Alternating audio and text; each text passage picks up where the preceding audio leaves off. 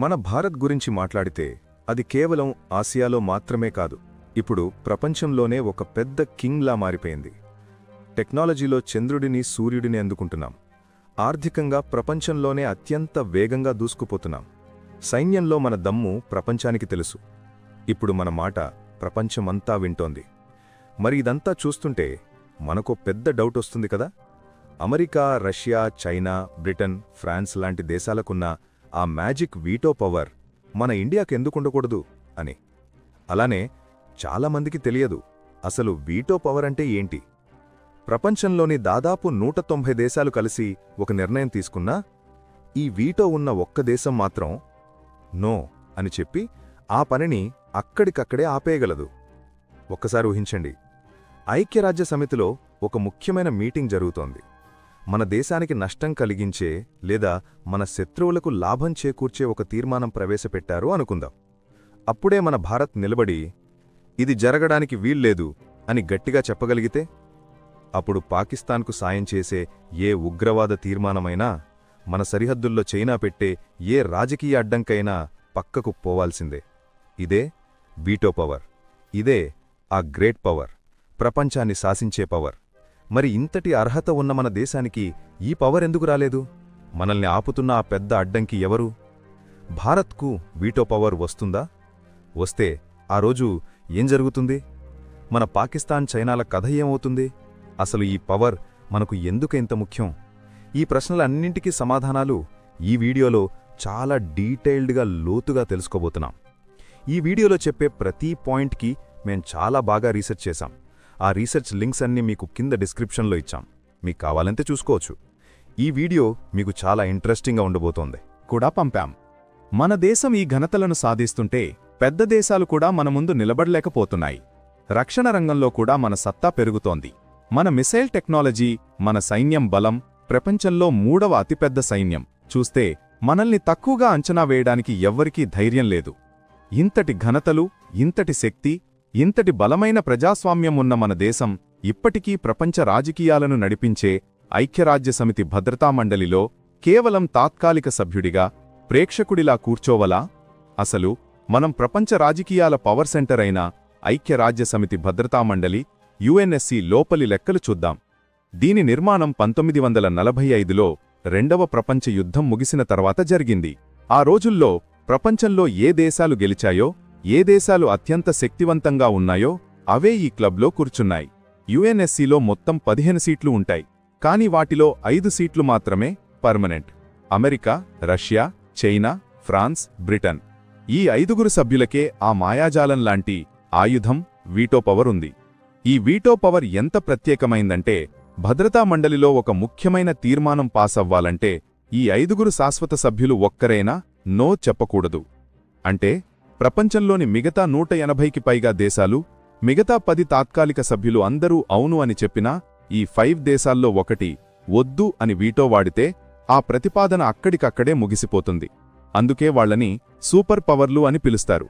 ఎందుకంటే ఒక్క దేశం ప్రపంచంలోని అన్ని స్వరాలను ఆపేస్తుంది. మిగతా 10 సీట్లు కేవలం తాత్కాలికం. అంటే అవి కేవలం 2 సంవత్సరాల టికెట్ లాంటివి. టైం అవ్వగానే ప్యాకప్ చెప్పి వెళ్లాల్సిందే. వాళ్లు ఓటు వేయగలిగినా శాశ్వత సభ్యులు వీటో వాడితే ఆ ఓటుకు విలువ ఉండదు. ఆలోచించండి, ప్రపంచం మారిపోయింది. కానీ ఈ భద్రతామండలి మాత్రం 1945 పాత లెక్కలతోనే నడుస్తోంది. భారత్ లాంటి ప్రపంచంలోనే అత్యంత శక్తివంతమైన దేశం, బలమైన ఆర్థిక వ్యవస్థ, అతిపెద్ద ప్రజాస్వామ్యం, అణుశక్తి ఉన్న దేశం ఇప్పటికీ ఈ 1945 క్లబ్లో లేకపోవడం ఎంత అన్యాయం!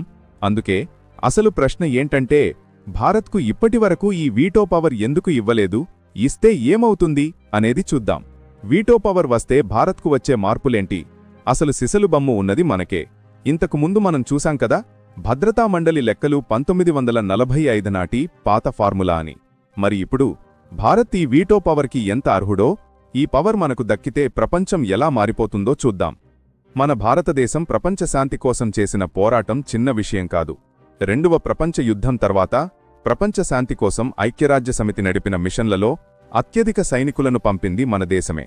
శాంతి సైన్యం పంపడంలో మనకున్న చరిత్ర ఏ సూపర్ పవర్ కూడా వేదు. ఇక ఉగ్రవాదానికి వ్యతిరేకంగా మనం చేస్తున్న పెద్ద యుద్ధం ప్రపంచం మొత్తానికి శాంతిపాఠం చెబుతోంది. మన సరిహద్దుల్లో ఉగ్రవాదాన్ని తరిమేస్తూ ప్రపంచాన్ని సురక్షితంగా ఉంచుతున్నాం. కరోనా కోవిడ్-19 మహమ్మారి సమయంలో ప్రపంచమంతా ఆగిపోయినప్పుడు మనం ఏ స్వార్థం లేకుండా అనేక దేశాలకు మందులు, వ్యాక్సిన్స్ అండ్ మెడిసిన్స్ పంపాం. అందుకే ప్రపంచం మనల్ని ఫార్మసీ ఆఫ్ ది వరల్డ్ అని పిలుస్తుంది. మన ఐటీ పవర్ హౌస్ గురించి చెప్పానంటే అమెరికా నుండి యూరోప్ వరకు ప్రపంచంలో ఉన్న పెద్ద టెక్ కంపెనీల సీఈఓలు చాలామంది భారతీయులే. ఇది మన తెలివితేటలకు, టెక్నాలజీలో మనకున్న పట్టుకు సాక్ష్యం. రక్షణ గురించి మాట్లాడుకుంటే ప్రపంచంలోనే 3వ అతిపెద్ద, అత్యంత క్రమశిక్షణ గల సైన్యం మనకుంది. అంతరిక్ష పరిశోధనలో మనం చంద్రుణ్ణి, సూర్యుణ్ణి అందుకున్నాం. ఇన్ని ఘనతలు, ఇంతటి దమ్ము, ఇంత బలమున్న మన దేశాన్ని ఇప్పటికీ శాశ్వత సభ్యత్వం, వీటో పవర్ నుంచి దూరం పెట్టడం ఎంతవరకు అన్యాయం? ఆలోచించండి. అందుకే మనకు వీటో పవర్ వస్తే అది కేవలం ఒక సీటు దక్కడం కాదు, పెద్ద విక్టరీ అవుతుంది. 3 పెద్ద మార్పులు గ్యారంటీ. మొదటిది, మన పక్కనున్న పాకిస్తాన్కు పెద్ద షాక్ తగులుతుంది. ఎందుకంటే వాళ్ళు ఏ అంతర్జాతీయ వేదికపై కాశ్మీర్ గురించి ఏడ్చినా మనం వీటో వాడి క్షణాల్లోనే వాళ్ల ఆటలను ముగించవచ్చు. అప్పుడు వాళ్ల మాట ఎవరూ వినరు. రెండవది, చైనా మాయాజాలం పనికిరాకుండా పోతుంది. చైనా ఎప్పుడూ ఐక్యరాజ్య సమితిలో మనల్ని అడ్డుకోవడానికి చూస్తుంది. మసూద్ అజహర్ లాంటి పెద్ద ఉగ్రవాదులను కాపాడడానికి కూడా వీటో పవర్ వాడింది. కానీ మనకు ఆ శక్తి దక్కితే చైనా పెట్టే అన్ని అడ్డంకులు, మాయాజాలాలు నీరసమైపోతాయి. మూడవది, మన గౌరవం కొత్త శిఖరాలకు చేరుకుంటుంది. ఈరోజు ప్రపంచం మనల్ని అత్యంత వేగంగా ఎదుగుతున్న ఆర్థిక వ్యవస్థగా చూస్తోంది. మన ప్రధాని ఐక్యరాజ్య సమితిలో మాట్లాడితే అందరూ గట్టిగా వింటారు. కానీ వీటో పవర్ ఉంటే ఆ గౌరవం భారతదేశానికి మాత్రమే కాదు, ప్రపంచంలో ఉన్న ప్రతి భారతీయుడికి పెద్ద విజయమవుతుంది. కానీ ఇది కావాలి అంటే కొన్ని అడ్డంకులున్నాయి. ఎవరు మనకు మద్దతు? అడ్డంకులు ఏంటి అనేది చూద్దాం. ఇంతకుముందు మనం చూసినట్టు భారత్ వీటో పవర్ కోసం అన్ని విధాలా అర్హుడు. మరి ఇప్పుడు ఈ రాజకీయాల ఆట ఎలా ఉందో చూద్దాం. మనకు ఎవరు సపోర్ట్ చేస్తున్నారు, ఎవరు అడ్డుకుంటున్నారు? రష్యా లాంటి బలమైన పాత మిత్రదేశం చాలాసార్లు స్పష్టం చేసింది భారత్కు స్థిర సభ్యత్వం ఇవ్వాల్సిందే అని. అంతేకాదు, ఫ్రాన్స్ మరియు అమెరికా కూడా మనకు గట్టి మద్దతిస్తున్నాయి. జర్మనీ, జపాన్, బ్రెజిల్ లాంటి పెద్ద దేశాలు కూడా మనతో కలిసి G4 గ్రూపుగా ఏర్పడి ఐక్యరాజ్య సమితిలో మార్పులు తీసుకురావాలని పోరాడుతున్నాయి. భూటాన్, మౌరీషియస్ లాంటి చిన్న దేశాలైతే మన పక్కనే నిలబడుతున్నాయి. చాలామంది కూడా భారత్కు శాశ్వత సీటు ఇవ్వాలి అని బహిరంగంగా చెప్పేశారు. కానీ ఈ ఆటలో ఆడగల పెద్ద అడ్డంకు ఎవరంటే అది కేవలం చైనా ఒక్కటే. ఏ పరిస్థితిలోనూ భారత్ ఆ పవర్ క్లబ్లో చేరకూడదు అని చైనా కోరుకుంటుంది. ఎందుకంటే ఆసియాలో తన ఆధిపత్యం ముగిస్తుందని చైనాకు పెద్ద భయం. భారతదేశం రాజ్యాంగంలో, ఆర్థిక వ్యవస్థలో, ముఖ్యంగా జనాభాలో తనకంటే ఎంత ముందుకు వెళుతోందో చైనాకు బాగా తెలుసు. అందుకే ఎప్పుడైనా మార్పుల గురించి మాట్లాడితే చైనా తన వీటోను వాడి అడ్డుపడుతోంది. ఇక్కడే మన డిమాండ్ క్లియర్ అవుతుంది. ప్రశ్న ఏంటంటే భారత్కు ఎప్పుడు వీటో పవర్ వస్తుంది అని కాదు. అసలు ప్రశ్న ఇది, భారత్కు సమాన హక్కులు వస్తాయా అని. కొన్ని దేశాలేమంటున్నాయంటే కొత్త సభ్యులకు కేవలం స్థిరస్థానం మాత్రమే ఇద్దాం, కానీ వీటో అధికారం ఇవ్వద్దు అని. అలా ఇస్తే నిర్ణయాలు తీసుకోవడం కష్టం అవుతుందని వాళ్ల భయం. కానీ భారతదేశం స్పష్టంగా చెప్తోంది, సీటు దొరికితే సమాన హక్కులు కూడా రావాలి, లేకపోతే అది అసంపూర్ణ న్యాయం అవుతుంది. గుర్తుపెట్టుకోండి, ఇప్పటి వరకు మనం 8 సార్లు తాత్కాలిక సభ్యుడిగా యుఎన్ఎస్సిలో భాగమయ్యాం.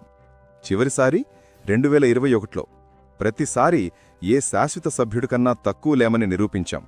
అయినప్పటికీ మన అసలు హక్కైన స్థిరస్థానం దూరంగానే ఉంచబడింది. కానీ ఈ పోరాటం కేవలం రాజకీయాల కోసం కాదు, ఇది మన 140 కోట్ల భారతీయుల గౌరవం కోసం పోరాటం. ఒక రైతు కోరుకుంటాడు తన హక్కులను కాపాడుకునేలా దేశం బలంగా ఉండాలి అని. ఒక యువత కోరుకుంటారు తమ భవిష్యత్తు గురించి ప్రపంచంలో ఉన్న ఏ పాత దేశమూ నిర్ణయం తీసుకోకూడదు అని. అందుకే వీటో పవర్ అంశం ప్రతి భారతీయుడి గుండెల్లో ఉంది. భారత్ ఇప్పుడు మారిపోయింది. భారతిక తిప్పుకోదు. ప్రపంచం ఎంత ఆలస్యం చేసినా ఆ రోజు తప్పకుండా వస్తుంది. భారతదేశం ఐక్యరాజ్య సమితిలో స్థిర సభ్యుడిగా చేరి వీటో హక్కు పొందుతుంది. భారత్కు వీటో పవర్ దక్కిన రోజు కేవలం మన దేశంలోనే కాదు, మొత్తం ప్రపంచ రాజకీయాల మ్యాప్ మారిపోతుంది. పాకిస్తాన్, చైనా లాంటి దేశాల ఆటలు, మనల్ని ఇబ్బంది పెట్టే రాజకీయాలు పనికిరావు. మనం వీటో వాడితే పాకిస్తాన్తో ఉన్న సరిహద్దు వివాదాల మ్యాప్ను కూడా మనకు అనుకూలంగా మార్చుకునే బలం వస్తుంది. మన గౌరవం ఆకాశాన్ని తాకుతుంది. ఎందుకంటే భారత్ అనేది చరిత్రలో ప్రతిసారీ కష్ట పరిస్థితులను ఎదుర్కొని జయించిన దేశం. యుద్ధమైనా ఉగ్రవాదమైనా విజ్ఞానం సాంకేతికతలో అద్భుతాలు చూపించడంలో అయినా భారత్ ఎన్నిసార్లు నిరూపించిందంటే అది కేవలం తన కోసమే కాదు, మొత్తం ప్రపంచం కోసం కూడా వెలిగే ఒక ఆశదీపమని. మనం శాంతి మిషన్ల నుంచి పేద దేశాలకు మందులందించడం వరకు ప్రతి రంగంలోనూ ముందుండి నడిపిస్తున్నాం.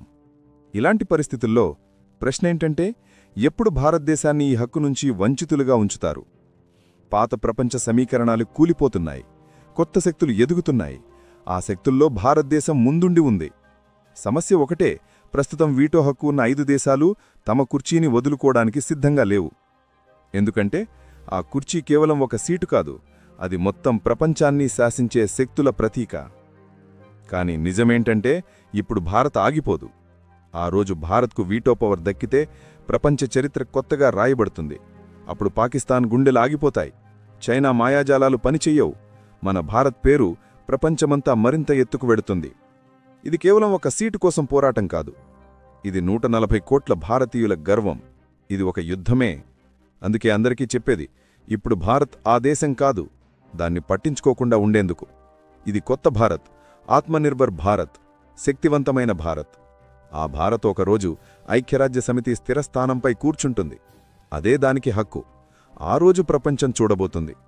భారతమే మాట్లాడితే అంతా వినిపిస్తుంది. అప్పుడు మనమందరం కలిసి గట్టిగా చెప్పబోతున్నాం, ఇది భారతదేశం విజయం కాదు, ప్రతి భారతీయుడి విజయం. జై హింద్.